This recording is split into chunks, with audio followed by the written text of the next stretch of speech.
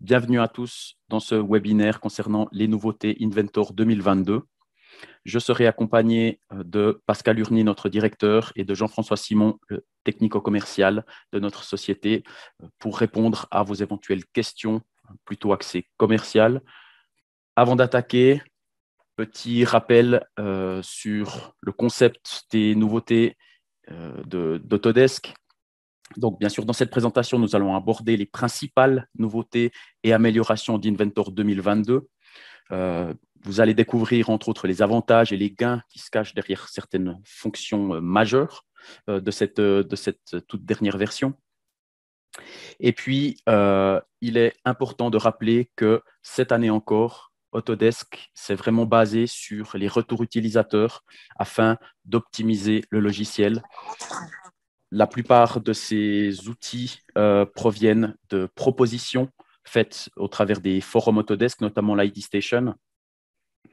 Donc, n'hésitez pas à continuer de publier vos demandes d'amélioration, vos idées, d'aller voter également pour les idées des autres. C'est vraiment important de continuer à nourrir ce genre de forum, puisqu'on voit que vraiment, de plus en plus, toutes ces nouveautés, accès utilisateurs sont implantées.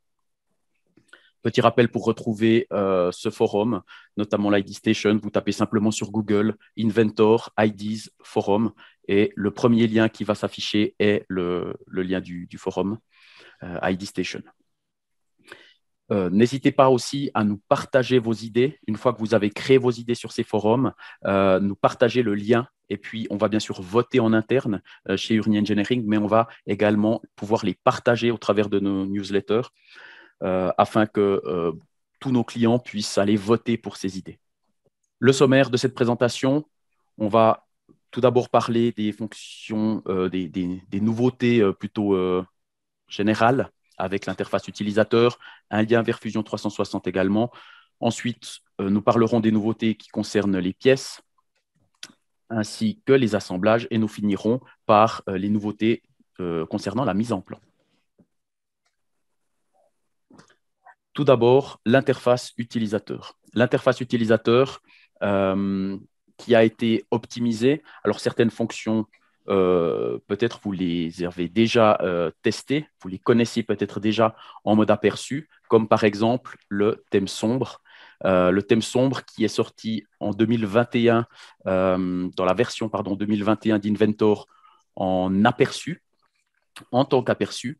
Et puis, désormais, ce thème sombre est un thème officiel de cette version qui est abouti, qui va vraiment toucher cette fois toutes les parties d'Inventor et qui est, je dirais, 100% implanté dans l'outil.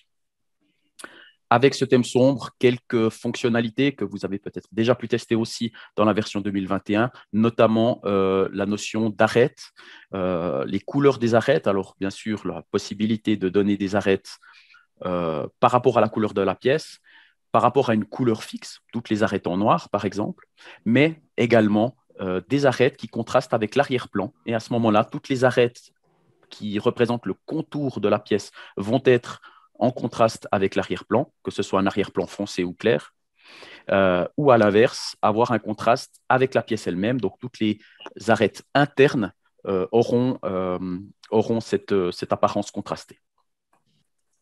Autre nouveauté de l'interface, et ça, c'est une nouveauté qui est passablement attendue par nos clients, effectivement, et en lien avec aussi les nombreux déplacements de cette période un peu particulière qu'on a vécue et qu'on est encore en train de vivre, même si ça va vers le mieux, la notion de réinitialisation de l'interface utilisateur. Typiquement, les déplacements que vous faites avec votre workstation portable, vous vous branchez à 2 écrans, ensuite vous revenez à un seul écran.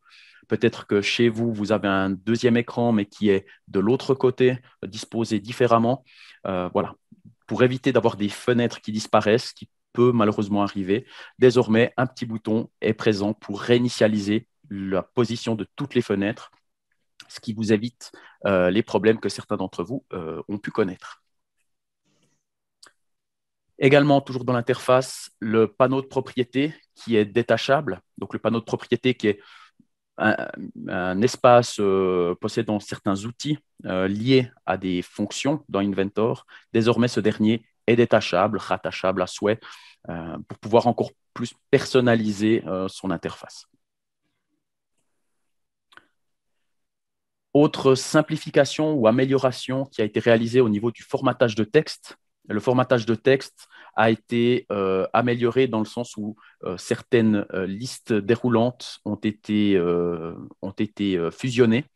On a vraiment un comportement beaucoup plus intelligent qui va paramétrer ces différentes listes déroulantes en choisissant le type d'information qu'on aimerait insérer dans notre zone de texte.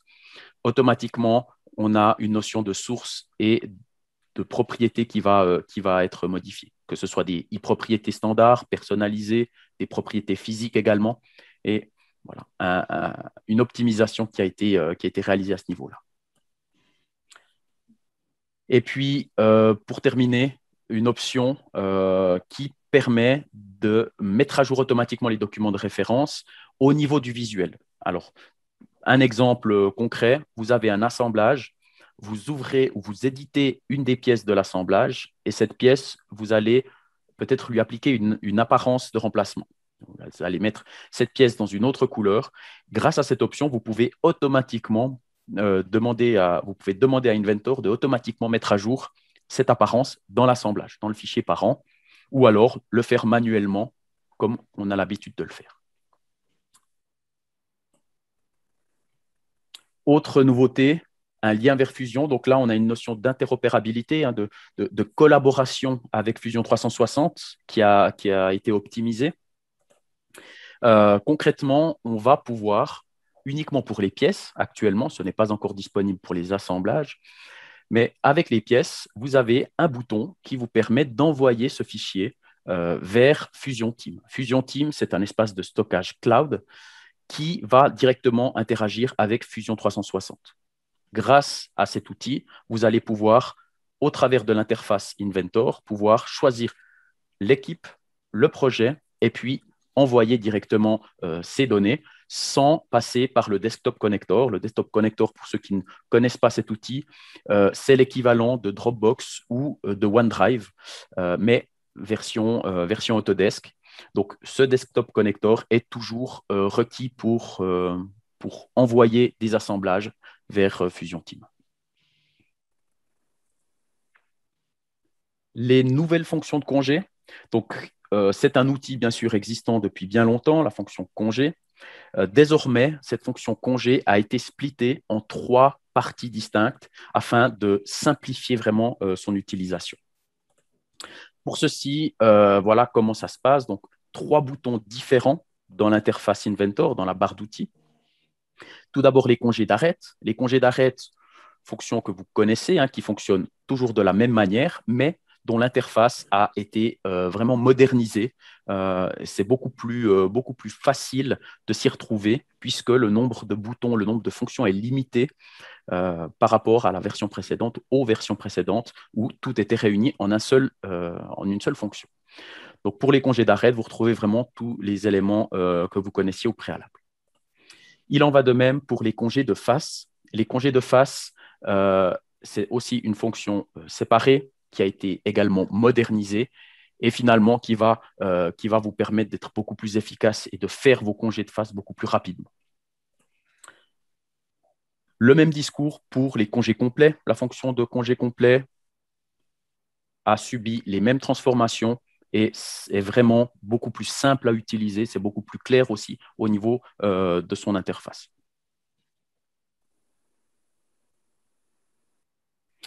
Une nouveauté au niveau des assemblages de cette version 2022 qui est très intéressante, qui va permettre de peut-être assurer votre travail, de garantir un travail de meilleure qualité quand vous êtes avec des assemblages, que vous assemblez des pièces. Cette nouveauté s'appelle le statut des contraintes ou l'état des contraintes. Et concrètement, cette nouveauté consiste en l'affichage dans le navigateur de différentes informations, que ce soit sur vos pièces ou vos sous-ensembles, la notion d'entièrement contraint. Est-ce que la pièce est entièrement contrainte, oui ou non? Est-ce que le composant est bloqué?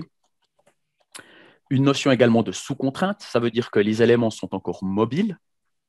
Et puis, dans certains cas, il peut arriver que l'état, le statut de ces contraintes soit inconnu, ce qui peut arriver pour des gros ensembles avec beaucoup de composants, avec beaucoup de contraintes.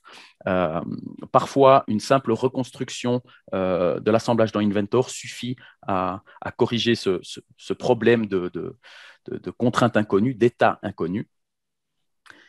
Ceci s'active manuellement dans les assemblages existants. Petite astuce pour les futurs assemblages, vous avez la possibilité, en éditant le gabarit d'assemblage, vous avez cette possibilité d'activer dans les paramètres du document, onglet modélisation, vous avez la possibilité d'activer l'option afficher l'état de contrainte dans le navigateur et comme ceci, la fonction est active par défaut. Bien sûr, cela concerne uniquement les nouveaux assemblages. Petite vidéo pour vous illustrer le fonctionnement de cette fonction. Donc, tout d'abord, on va afficher ici manuellement l'état des contraintes. Il nous demande de recalculer le comportement de chacune des pièces pour avoir cette information. Comme on peut le voir, certains composants ont un point noir, donc entièrement contraint, et d'autres composants, comme ici tous les composants qui vont autour du chariot, ne sont pas entièrement contraints. À ce moment-là, on va faire le test. On va simplement ajouter une contrainte pour bloquer le déplacement du chariot en lui mettant une distance de positionnement, tout simplement. Et on va voir qu'instantanément, il va recalculer les degrés de liberté de chacune de ces pièces pour, au final, se rendre compte que, effectivement, tous ces éléments sont bien désormais bloqués. Une autre nouveauté, toujours au niveau des assemblages, qui va aussi vous permettre de faire la distinction entre différentes occurrences d'une même pièce au sein d'un assemblage. Alors, très concrètement, voici un exemple qui va illustrer ceci. Donc, dans ce gros assemblage, on va se retrouver avec 4 moteurs. Ces 4 moteurs, pour diverses raisons, ont besoin d'être identifiés indépendamment les uns des autres. Peut-être pour des raisons de câblage, pour pouvoir les câbler les uns après les autres dans le bon ordre. Et pour ceci, on va pouvoir utiliser les propriétés d'occurrence, qui est cette nouveauté 2022, qui va nous permettre de définir le nom d'une propriété personnalisée, ainsi qu'un nom, M01-A dans ce cas-là. On va faire la même chose pour un deuxième moteur, avec le même identifiant, le même nom de propriété. Par contre, cette fois, on va lui donner un autre nom, un autre identifiant unique, M02-A. Maintenant que ces propriétés d'occurrence ont été paramétrées, on peut aller les retrouver très facilement dans la nomenclature. On va dans la nomenclature structurée. On va définir que ces propriétés qu'on a au préalable affichées sont des propriétés d'occurrence. Et par défaut, ces propriétés d'occurrence sont fusionnées. Donc là, on va simplement enlever la fusion de ces lignes pour pouvoir retrouver, comme on le voit ici, nos 4 moteurs avec chacun son propre identifiant unique. Pour le troisième moteur, on va l'appeler M01-B et le quatrième moteur, M02-B. Voilà.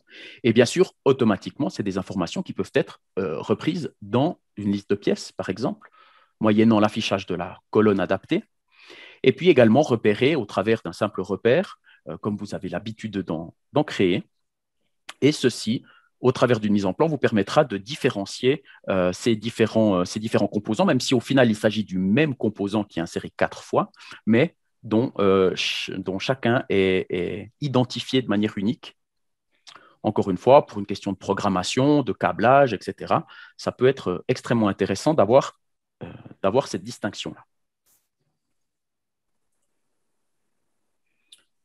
Autre nouveauté, toujours dans les assemblages, donc là, c'est plutôt la modification, l'optimisation d'une fonction existante, ou plutôt la refonte d'une fonction existante, qui est la fonction simplifiée, que vous connaissez peut-être, que vous avez utilisée peut-être une fois, peut-être que vous l'utilisez régulièrement.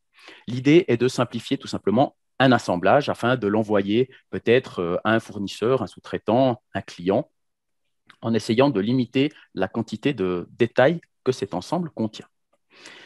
Et grâce à cette nouvelle fonctionnalité, ou plutôt cette fonctionnalité qui a été complètement reconçue et puis optimisée, on va pouvoir très facilement se baser sur des valeurs prédéfinies. Ces valeurs prédéfinies, certaines sont préconfigurées, hein, des supprimer le moins de détails possible ou le plus de détails, ou alors le faire vraiment de manière personnalisée avec aucune valeur prédéfinie et choisir tout ce qui est représentation. On va choisir aussi qu'est-ce qu'on fait avec les éléments. Est-ce qu'on les remplace par des enveloppes? Dans ce cas-là, ça sera simplement des volumes, toutes les pièces, tous les sous-ensembles, ou alors on remplace la totalité par un gros bloc. Bon, dans notre cas, on va simplement se contenter de faire disparaître les petites pièces. Toutes les pièces dont la diagonale est inférieure à 400 mm, dans ce cas-là, vont pouvoir être automatiquement masquées. Et puis, si certains composants doivent être masqués manuellement, on peut aussi le faire très facilement. Ou à l'inverse, se dire, certains composants ont été masqués automatiquement, mais on aimerait les rendre apparents. C'est le cas pour le coude, ici, du pot d'échappement, qu'on va volontairement et manuellement faire réapparaître pour avoir peut-être un peu plus avoir quelque chose qui est un peu plus propre à l'arrière du kart, avoir un pot d'échappement complet. Certaines fonctionnalités peuvent être supprimées pour gagner de l'espace, hein, avoir vraiment limité le nombre de détails, les perçages et autres. On va pouvoir également choisir ce qu'on veut faire de cette simplification, un substitut dans l'assemblage actif, ou alors simplement créer un nouveau composant et d'autres options qui restent standards à la simplification, supprimer les vides internes, etc. Voici notre substitut. Donc, on est toujours à l'intérieur de l'assemblage, sauf que là, on a affaire à une pièce ou un multicore extrêmement simplifié, beaucoup plus léger, qu'on va pouvoir peut-être exporter en step pour le donner à un fournisseur. On a aussi une notion de mise à jour qui est très intéressante. Ici, on va s'amuser pour l'exemple à simplement tourner légèrement le volant. On voit que les roues pivotent également. Et puis, quand on va revenir au substitut qu'on vient de créer, une mise à jour va être demandée. Et puis, simplement, on va activer cette fonction de mise à jour pour voir les roues qui s'orientent légèrement sur le côté, histoire de garder cette mise à jour par rapport à l'assemblage initial. Donc là, un gros gain de temps dans toutes vos simplifications grâce à cette nouvelle interface. Grosse nouveauté 2022. Peut-être que certains d'entre vous en ont déjà entendu parler, les états du modèle. Les états du modèle, alors concrètement, c'est une fonction qui va remplacer les niveaux de détail. Le niveau de détail que vous connaissez dans les anciennes versions d'Inventor, désormais les niveaux de détail ont disparu et c'est les états du modèle qui ont pris leur place, mais cette fonction d'état du modèle offre bien plus que ce que pouvaient apporter les niveaux de détail. Entre autres, la possibilité de réaliser des gammes d'usinage, des variantes, etc. Donc, plus concrètement, ces états du modèle, au niveau des assemblages, remplacent, comme je l'ai dit, les niveaux de détail. Mais on va aussi pouvoir les utiliser pour remplacer les i-ensembles. La fonction de i-assembly, les i-ensembles n'ont pas été supprimés, c'est toujours une fonction qui existe, qui est tout à fait fonctionnelle, mais il faut savoir que les états du modèle permettent de réaliser les mêmes choses que les i-ensembles, avec une différence majeure, c'est que les i-ensembles créent automatiquement des fichiers supplémentaires, un fichier par variante de i-ensemble. Les états du modèle, en revanche, ne créent aucun fichier supplémentaire, donc tout est contenu à l'intérieur d'un seul et unique assemblage. Ces états du modèle sont gérables depuis un tableau Excel. Chaque i-propriété peut être personnalisée pour chacune des variantes. Et puis, quand vous faites des mises en plan ou quand vous placez un assemblage dans un assemblage supérieur, bien sûr, vous avez le choix de la variante que vous voulez utiliser. La grosse surprise et la grosse plus-value de cette fonction, c'est l'intégration pour les pièces. Les pièces, désormais, possèdent également leur propre niveau de détail. Alors, niveau de détail, façon de parler, en réalité, c'est leur état du modèle qui est désormais disponible. Et il faut vraiment le voir au niveau des pièces comme l'équivalent des e-pièces. Ces fameuses iParts euh, qui, elles aussi, créent automatiquement des fichiers supplémentaires. De nouveau, on a pour les états du modèle au niveau des pièces, aucune création supplémentaire de fichiers. Tout est inclus dans le fichier pièce sur lequel on travaille. Possibilité de masquer des composants, de jouer sur des dimensions différentes, etc. Vraiment une large gamme de capacités. Gérable depuis un tableau Excel. Les propriétés sont aussi modifiables pour chacune des variantes, indépendamment les unes des autres. Et puis, bien sûr, le choix de la variante lorsqu'on fait une mise en plan ou lorsqu'on place la pièce dans un assemblage, on peut bien sûr choisir quelle variante on veut utiliser. Petite illustration avec ici un assemblage. Donc, c'est les états du modèle de l'assemblage. Comme on peut le constater dans les représentations, on va retrouver les représentations de vue et de position, mais plus les niveaux de détail. En revanche, on va retrouver bien les états du modèle, de manière distincte par rapport aux représentations, avec ici deux configurations, 0 unité, 2 unités, qui vont faire varier bien sûr l'aspect de notre assemblage et du petit chariot. Et on voit que la variante 2 unités utilise elle-même les variantes 2 unités de différents sous-composants. Donc, ce qu'on va pouvoir faire très simplement, c'est créer une nouvelle variante. Cette nouvelle variante, on va bien sûr la renommer, pour cette fois accueillir 3 unités. Et puis, on va faire en sorte, puisque ça a été préparé un peu à l'avance, on va faire en sorte que cette nouvelle variante utilise la variante 3 unités des différents composants du chariot. Simplement en allant chercher dans les représentations l'état du modèle correspondant. 3 unités dans ce cas-là, pour au final voir qu'effectivement notre chariot possède désormais 3 emplacements, donc 3 unités.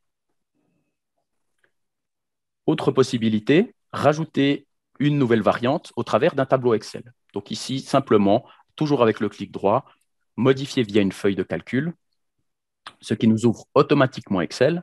On voit les différentes lignes et les différentes colonnes qui représentent bien sûr les variantes et toutes les informations que ces variantes peuvent paramétrer. Donc on va se contenter ici de copier la dernière ligne et puis simplement de changer le 3 unités par 4 unités, puisqu'automatiquement, on va faire référence aux différents états du modèle des sous-composants. Donc, en enregistrant et en refermant simplement Excel, on voit que cette nouvelle variante est apparue. Et puis, voilà, en l'activant, on constate bien qu'on est désormais avec un modèle, une variante à 4 unités. Donc, le tout, bien sûr, a suivi. Même exemple, mais cette fois au niveau des pièces. Donc, pour les pièces, ici, on va avoir vraiment un comportement révolutionnaire puisqu'on n'avait pas ça avant, hormis en passant par des e-pièces. Ces états du modèle, donc on voit ici une hélice de turbine à 20 pales. Aucun état du modèle n'a été préconfiguré, donc là, on va le faire manuellement. On va commencer par créer un nouvel état du modèle, une nouvelle variante à 20 pales, ce qui est la configuration actuelle. On va ensuite créer un deuxième élément, donc une deuxième variante, qui cette fois va se nommer 21 pales. Voilà. Dans cette variante-là, on va bien sûr être amené à changer la géométrie de notre pièce. Pour ça, simplement, on va changer le paramètre d'un réseau, le réseau qui nous crée les différentes pales, pas 20 occurrences, mais 21 occurrences. On se retrouve désormais avec 21 pales. En revanche, on voit que les propriétés n'ont pas changé. On est toujours, selon les informations, avec une référence à 20 pales. Donc, on peut, sur la variante actuelle, simplement aller dans les propriétés et modifier, dans ce cas-là, le numéro d'approvisionnement et la description. On constate ainsi que les informations se mettent à jour. Et donc, c'est ce que je vous expliquais tout à l'heure, les propriétés sont propres à chacune des variantes. On va, comme ça, pouvoir enchaîner. Donc, on va y aller un peu plus vite au travers d'un tableau Excel. Et puis, on va amener différentes variantes jusqu'à 25 pales au total. Donc, simplement aussi, grâce aux capacités de Excel, on va pouvoir bien sûr gagner du temps, simplement en développant la liste des différentes variantes. Ici, le champ aurait pu être automatisé, ce n'est pas le cas. Excel nous permet de le faire. On le corrige manuellement, ce n'est pas un gros problème. Voilà. Et on se retrouve avec nos différentes variantes qui ont été créées via Excel, comme vous avez pu le constater, avec à chaque fois les informations qui vont se mettre à jour au niveau des e-propriétés. Voilà pour ces états du modèle au niveau des assemblages et au niveau des pièces. Donc, vraiment une petite révolution qui est apportée par cette version 2022 et puis cet outil état du modèle qui va pouvoir passablement changer votre méthodologie de travail. Alors, vous pourrez en juger par vous-même. Le jour où vous pourrez tester ces fonctionnalités, vous allez voir que ça peut amener certains changements très intéressants au sein de votre bureau technique. Pour finir, les vues de dessin, donc tout ce qui est amélioration des vues de dessin, là, de nouveau, les fonctionnalités majeures apportées dans ces vues de dessin. La première de ces nouveautés majeures concerne une automatisation. Alors, j'entends par là une automatisation au niveau du gabarit. On a ici une pièce qui a des cotations en 3D, parce qu'elle a été créée volontairement comme ça. Donc, on a des cotes dans le 3D.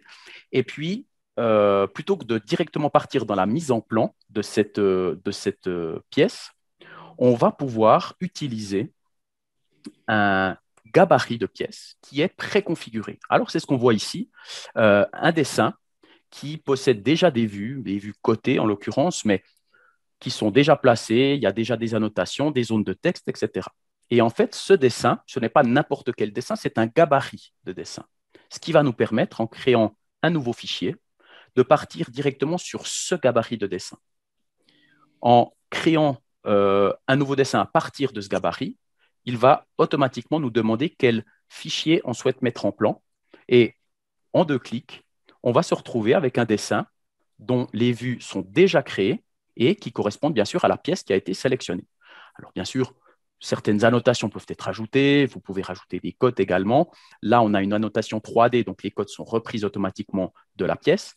Mais vous pouvez gagner énormément de temps grâce à ça. Si vous avez des plans qui sont systématiquement les mêmes pour certains types de pièces, c'est quelque chose qui va vous faire gagner beaucoup de temps. La deuxième nouveauté se passe au niveau des vues ombrées. Les vues ombrées, c'est les vues en couleur dans les mises en plan.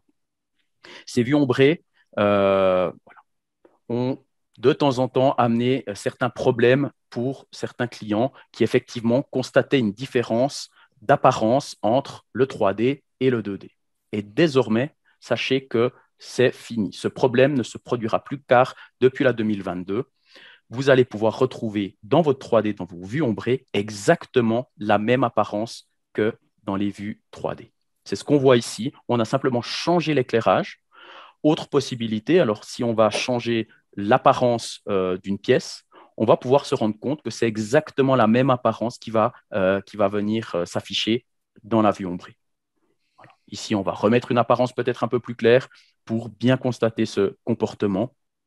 Donc, vraiment un immense plus pour les vues ombrées. Je sais que beaucoup d'entre vous attendaient cette nouveauté avec impatience. Elle est désormais disponible dans la version 2022 d'Inventor.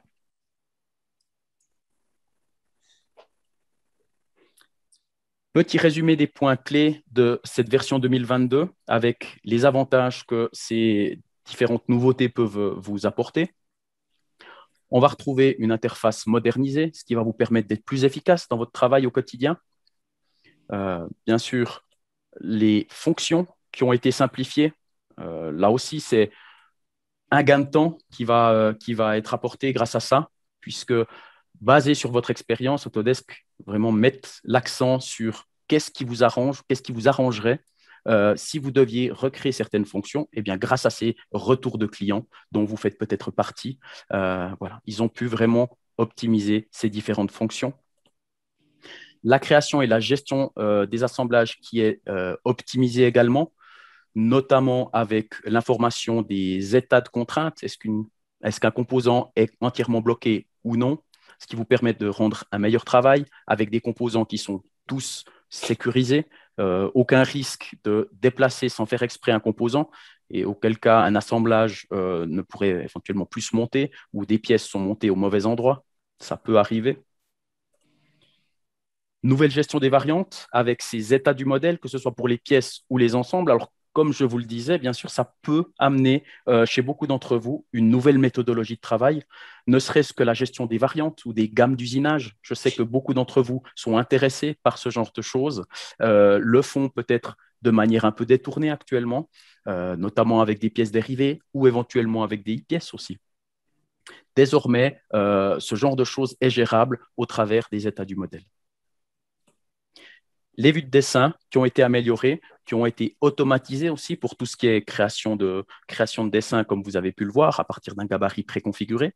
Ça vous donnera également une meilleure qualité au niveau des données, au niveau du rendu pour les vues ombrées, par exemple. Et puis, ça vous fera gagner énormément de temps aussi dans la création de vos plans qui, encore une fois, se ressemblent peut-être pour des composants relativement simples que vous êtes amené à mettre en plan un certain nombre de fois par jour, par semaine.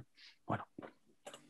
Et puis finalement, la collaboration avec Fusion 360 qui a été optimisée. Vous n'êtes plus obligé de passer par ce desktop connector, en tout cas pour les pièces, pour pouvoir les envoyer vers Fusion, pour pouvoir les collaborer. Ça peut être vers Fusion, mais simplement vers Fusion Team, qui ensuite vous permet, à partir de là, de les envoyer à un client ou à un fournisseur.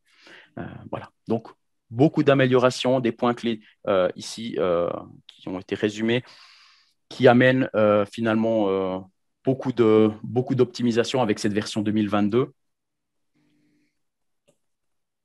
On va finir par nos services. Donc, ce que Urni Engineering peut vous apporter. Alors, en lien avec ce qu'on a vu pendant ce webinaire, bien sûr, tout ce qui gravite autour des nouveautés, grâce à une formation Inventor Update qui varie entre 1 et 2 jours.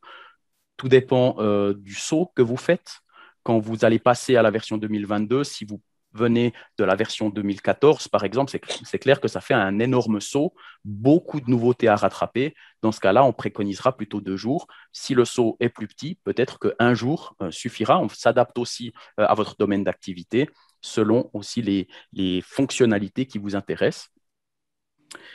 Bien sûr, toujours Inventor de base sur 4 jours, important de garder quand même ces notions de base Inventor. Dans cette formation, on voit également les nouvelles fonctions. Et puis les autres services comme du consulting, de l'installation. Alors l'installation, dans ce cas-là, elle est vraiment très importante puisqu'ici, on va parler de migration vers la version 2022. Alors, il ne s'agit pas ici que d'installer un produit, puisque l'installation en elle-même, je dirais que n'importe quel service informatique pourrait être amené à le faire, et puis ça s'arrête là. La vraie plus-value, c'est toute la migration qui va avec, la configuration qui va pouvoir être récupérée. Ça vous évite de perdre des données, ça vous évite de perdre votre configuration, vos personnalisations que vous aviez dans la version précédente.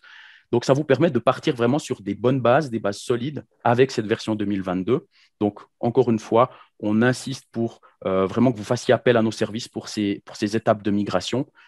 On a vraiment une plus-value à vous apporter. Et puis, bien sûr, du support technique aussi pour vous dépanner le cas échéant. Voilà, vous pouvez nous retrouver également sur les réseaux sociaux. Et on en a terminé avec la présentation. Donc, je vous remercie et je vous souhaite une bonne fin d'après-midi. Au revoir à tous.